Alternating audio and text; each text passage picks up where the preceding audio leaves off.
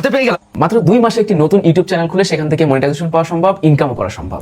আমার ঝালটেক ইউটিউব চ্যানেলটা খুলেছি মাত্র 2 মাস, অলরেডি সেই চ্যানেলে মনিটাইজেশন এনেবল হয়ে গেছে এবং সেখান থেকে আমি ইনকামও করছি। প্রথম যে কাজটা আপনাকে করতে হবে, চ্যানেল ক্যাটাগরি ঠিক করা। সেখানে আপনাকে খুঁটি পুঁতে দিতে হবে, ওই ক্যাটাগরি দিয়ে আপনাকে উপরে উঠতে হবে। নতুন করে খুঁটি পুঁততে যাবেন, আবার উপরে উঠতে দেরি হয়ে যাবে। দ্বিতীয় কাজ হলো লং প্লাস শর্ট ফরম্যাট, দুই ভাবে আপনাকে ভিডিও আপলোড করতে হবে। যে টপিক সবাই ইউটিউবে ভিডিও আপলোড করে, ফেসবুকে ভিডিও আপলোড করে মনিটাইজেশন পায়, সেখান থেকে আবার সেলিব্রিটি হয়, আবার ইনকামও করে। আমিই পারি না। শুধু আজকে আমি এটা কিভাবে করতে হয় আমি এটা জানবো। ইউটিউব ভিডিও বানানোর জন্য কিসের গুরুত্ব বেশি? আসসালামু আলাইকুম বন্ধুরা, আশা করি সবাই ভালো আছে। সবার মনে একটা প্রশ্ন, ইউটিউবার হতে কি কি গ্যাজেটের প্রয়োজন হয়। আজকের ভিডিওতে ছোট্ট একটা ধারণা দিয়ে দেবো কোন কোন গ্যাজেট হলে আপনি একজন সফল ইউটিউবার হতে পারবেন।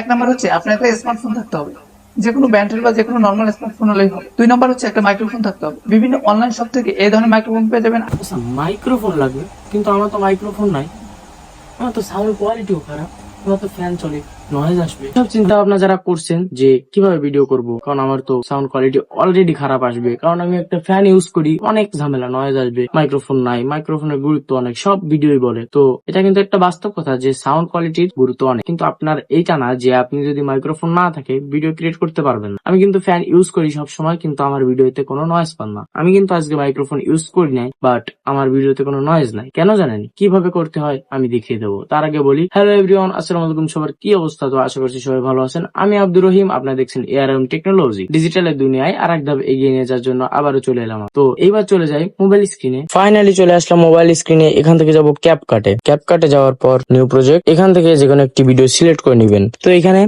প্রচুর নয়েজ আছে, তাই না? এই নয়েজটি ক্লিয়ার করার জন্য এই লেয়ারে ক্লিক করে আপনি যদি একটু টান দেন, তো এখানে দেখতে পারবেন ইনসুলেট ভয়েস। এখানে ইনসুলেট ভয়েসে যে এখানে কি ভয়েস যদি ক্লিক করেন কিছু সময় লাগে। তো এই সব চিন্তা ভাবনা যারা করছেন, যাতে ভিডিওটি বেশি লেন্দি না হয়, এই কারণে আমি এখানে অল্প কিছুটা ভিডিও নেই, তাহলে আমার খুবই কম সময় লোডিং নিবে। তো এখানে ইনসুলেট ভয়েস, কিপ ভয়েস, তো এই সব চিন্তা দেখুন আমার কিন্তু অনেকটা হয়ে গেছে।